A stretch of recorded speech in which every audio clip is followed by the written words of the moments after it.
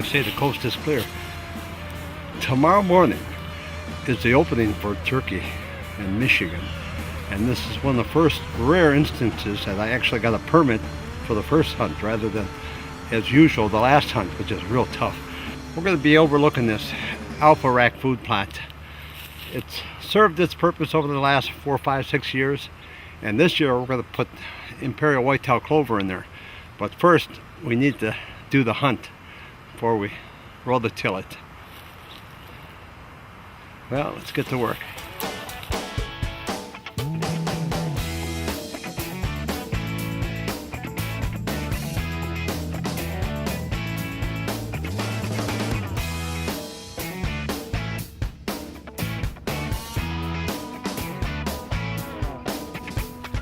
That's all there is to it.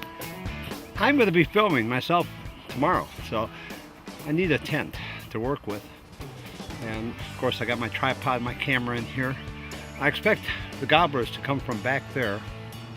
And I'm going to set out 4 decoys. I'm going to do it now so you can see my setup the way it's going to be in the morning, but I'll leave the stakes in the ground. Of course I'll take the decoys out. But every decoy will be facing in this direction. And the reason for that is that gobbler comes out there and he's strutting and putting on the show.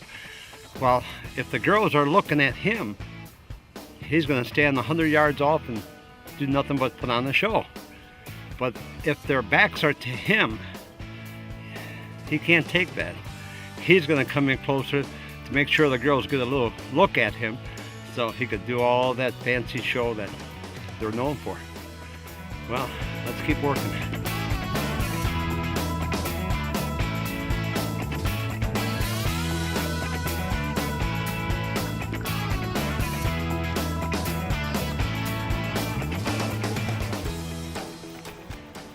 Yards. These are 2 normal good-looking decoys here. I'm going to have a set of 4. And the other 2 are from outer space somewhere. Wait till you see them. But the whole idea is I want that gobblers to see these decoys and walk right by them and come to the Martians. And you'll see what I'm talking about in a second here.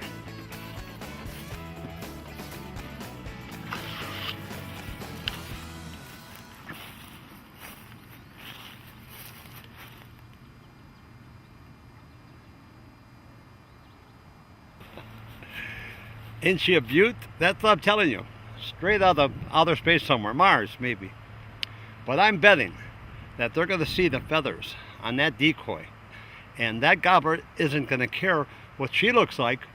He sees feathers. That's all he needs to know. Wait till you see her cousin coming up next. Now it seems that Fred has some wacky techniques sometimes. It's like he wants to ruin his chance at getting a big gobbler.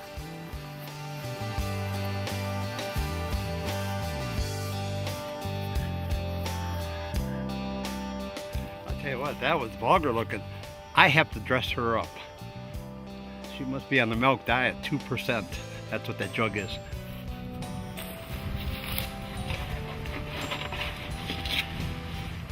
There. She looks so much better now. Strap her in a little bit. Who knows, the gobbler might try to ride her. Oh. What a beaut. Sexy. Well, I'll tell you, this was one exciting hunt. I had brought 4 decoys, 2 normal and 2 very abnormal decoys. This is Michigan's first season, which I haven't been able to hunt for years. So I was going to get the benefit of the gobblers looking for hens and moving and gobbling. So I took my Ameristep tent blind out there, set that up the day before the season, and I was watching some of these fields, and this gobbler came out with a thick beard, beautiful gobbler. That's the day before. I said, you know what? I want that guy right there. So the next morning, set up.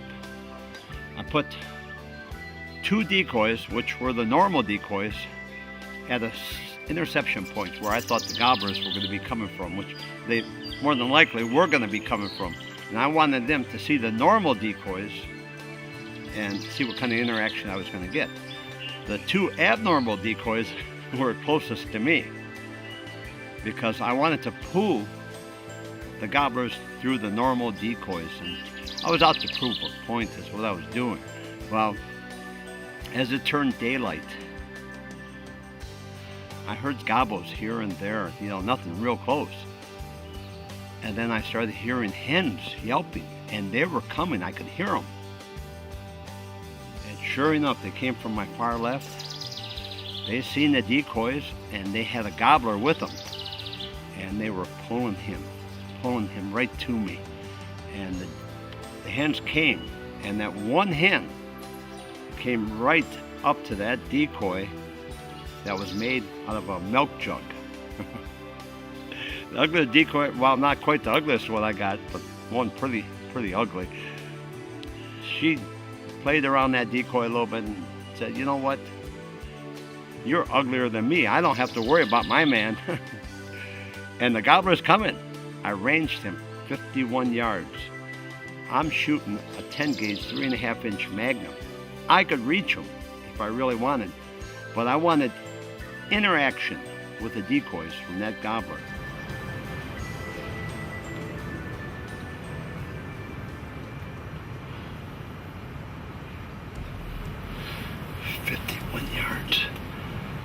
It looks closer. Everything does in open field. That's why I use a rangefinder. The hens are taking them away. 15, 20 minutes later, I'm playing around with the call, and I'm not a good caller at all. And that's one thing the turkey hunters should know. You don't need to be a professional caller to have fun with turkey. Some of the worst sounding calls out there are turkeys themselves. So don't worry about that. I use a little push button yelper, the easiest call in the world to use. And ironically, that little push button has killed more gobblers than all of our other calls combined that we sell. And it's the easiest thing to use.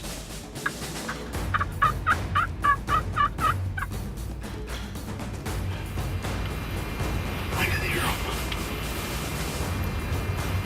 A gobbler responded. He's coming, and I see him. He's 100 and some yards away. He spots the decoys.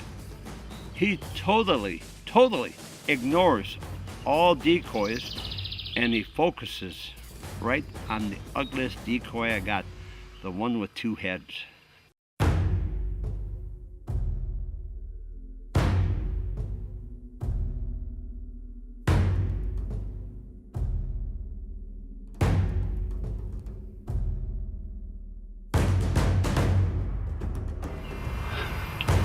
Gobbler's right here. He's spinning and drumming. Oh, is he gorgeous? It's by that two-headed decoy. I'm gonna take him right now.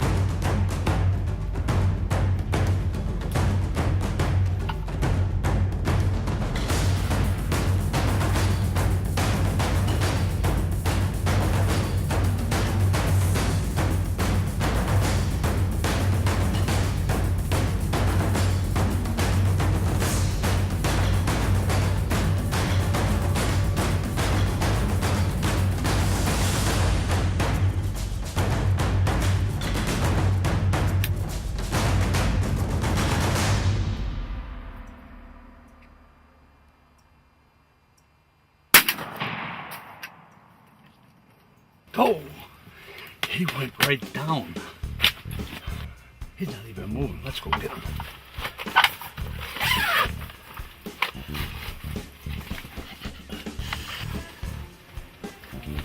And I take that big boy, and what a thrill. He goes right down. He's got an 11-inch beard, big mature bird, 1.25 inch spurs.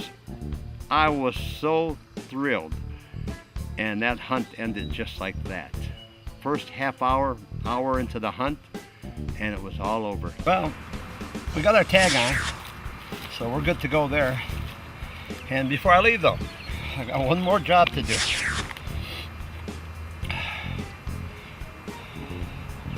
This is my Outdoor Edge swing blade. Love that orange. You don't lose a knife when it's orange. On one side, you have the Skinner, and it switches over to your blade. So we're gonna get this gobbler out in the woods there, or we get to camp. Sorry, but you don't need that head no more. Hold still.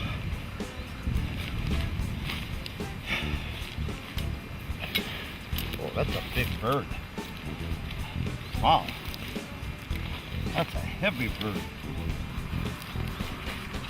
Wow, I'm amazed. This guy's gotta weigh about 25, 30 pounds. Okay, girl, you done your job?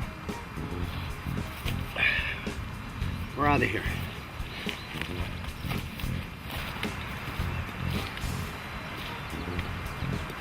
I'll tell you, that worked out great. You know, I'm not the world's greatest caller, and sometimes I think I'm desecrating the memory of a turkey with my calling.